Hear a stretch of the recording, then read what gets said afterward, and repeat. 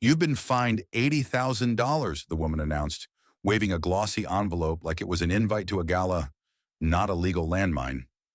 I stood there, shovel halfway buried in muck, boots thick with manure, exactly what she probably assumed I'd tracked into her pristine world. I blinked. For what? I asked, genuinely confused. Livestock, she sniffed, as if even saying the word was beneath her. This is not a barnyard. I looked around. The stables, fenced pasture, and three horses happily chewing hay under a sign that read, "Welcome to Ramsey Ranch Est, 1947. Then I looked back at her, Marguerite Hensley, president of the HOA, standing right on my land, our family's land, dressed like she was there to audit a luxury spa. That was the moment it clicked. This battle with the HOA wouldn't be won with reason.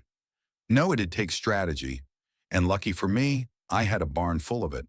The ranch, what's left of a once 100-acre spread, had been in my family for generations, holding strong as the suburbs crept in around it. Zoned agricultural. My uncle, a legendary hardhead, fought off developers for years to keep it free. He left me the land, the horses, the gear, and, lucky me, his feud with what he always called clipboard tyrants. I thought he was being dramatic. He wasn't. Just 2 weeks after I moved in, a fancy envelope showed up, HOA crest and all, listing $15,000 in fines. The charges? Unauthorized agricultural activity, disruptive animal noises, and unapproved fencing. The same custom steel post fence my uncle built 20 years ago was now a violation. I laughed, dialed the number, and that's how I met Marjorie. She confirmed a hearing for my violations. "Your property disrupts aesthetic harmony from 3 lots," she droned. I told her plain and simple, my land wasn't under HOA jurisdiction. She said she'd escalate. I told her, bring it. 3 days later, she showed up, red heels sinking into my gravel driveway, clipboard clutched, face puckered like she'd smelled something dead. "That barn's unapproved," she snapped. "Those horses?" "Unregistered livestock." "That scarecrow? A visual nuisance?"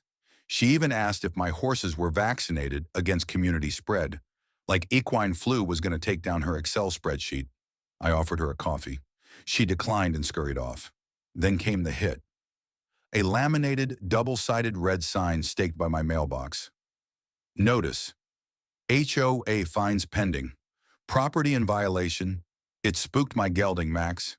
He panicked, busted a gate. That wasn't just petty.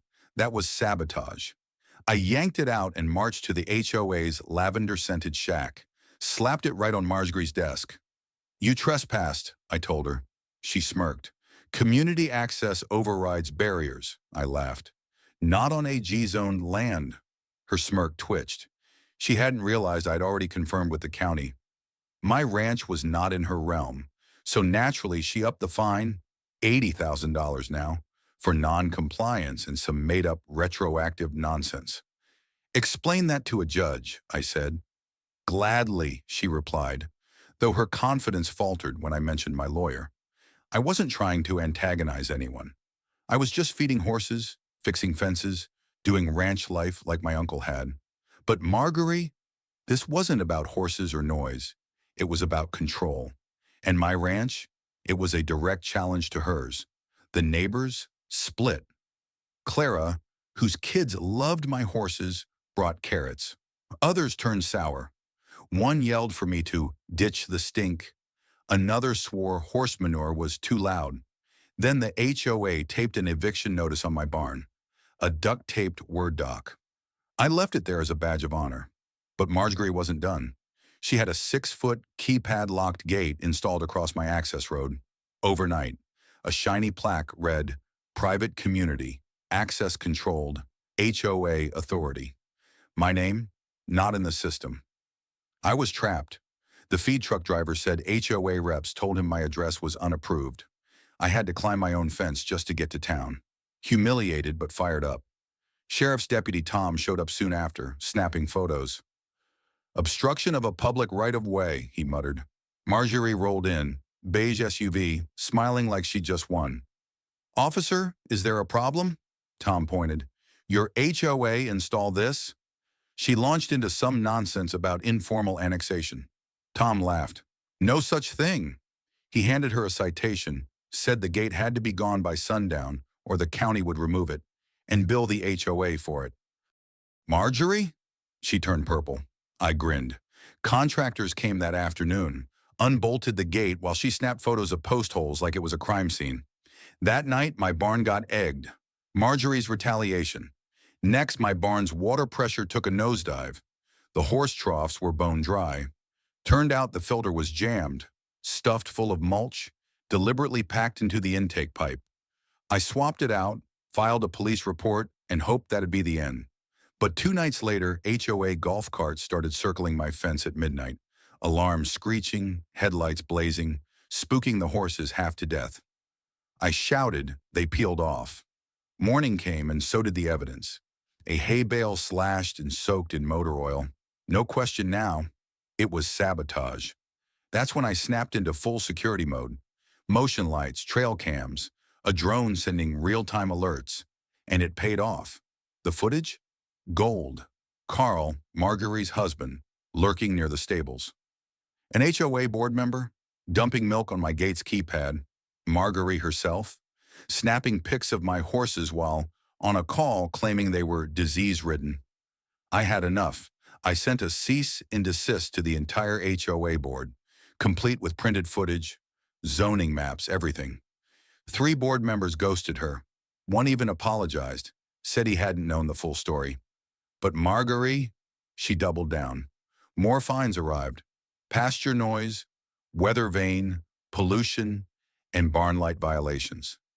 Then came her boldest stunt, an environmental agency letter accusing my ranch of water contamination, supposedly from manure and chemicals. I was furious.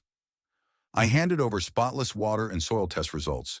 The inspector found 0 issues on my property, but did trace fertilizer runoff straight back to the HOA's own manicured green belts. Here's the truth. I'm Ethan Ramsey, 44. I inherited this 10-acre ranch just outside Austin from my uncle, a stubborn, proud protector of its agricultural roots. I was raised by a carpenter and a nurse, learned early about grit and precision. This land, its pastures, stables, horses, is home. Zoned AG since 1947, no HOA jurisdiction. But Willow Hollow's HOA, led by Marjorie, didn't care. Fines for my unsightly barn, complaints about hoofbeats. That's when I found Laura, a land use attorney with a sharp eye and a sharper grin. She reviewed every deed map, video clip, and smiled. They're cooked, she said. You're outside their bounds, and they've broken more than a few laws. She drafted a harassment and overreach notice, along with a full lawsuit draft, and mailed it to each board member. Marjorie clapped back. On the HOA's Facebook group, claimed my horses were spreading disease, said my manure was polluting the air. Clara sent me the screenshots, but the smear campaign, it backfired.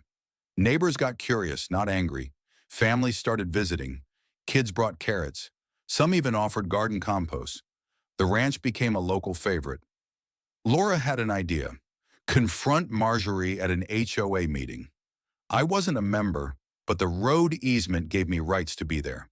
The clubhouse, pastel and smug, fell silent when I walked in with Laura. Mid-speech, Marjorie snapped, "You're not a member." I held up the easement document. Laura calmly unrolled the zoning map. "This is the HOA boundary," she pointed. "This," tapping firmly, "is Ethan's ranch. Untouchable." I handed a USB drive to the secretary. "Please review this, especially the part with Carl. Fence hopping at 2 a.m. Gasps, kid's pet Max. The next day, digging through my uncle's old files, I found it. A 2015 letter from Marjorie offering double the ranch's value to buy it. Said she wanted to build a luxury garden club.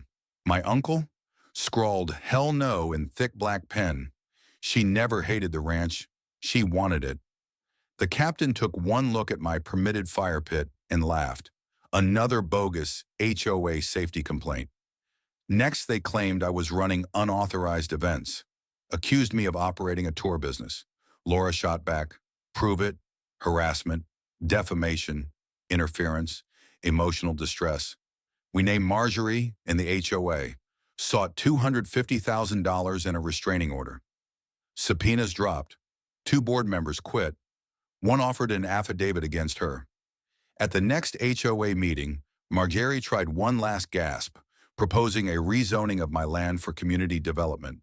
But the county stepped in, noting my barn, built in the 1940s, was on the historic register. They warned her, AG land is off limits. Her post vanished. The golf cart patrol stopped.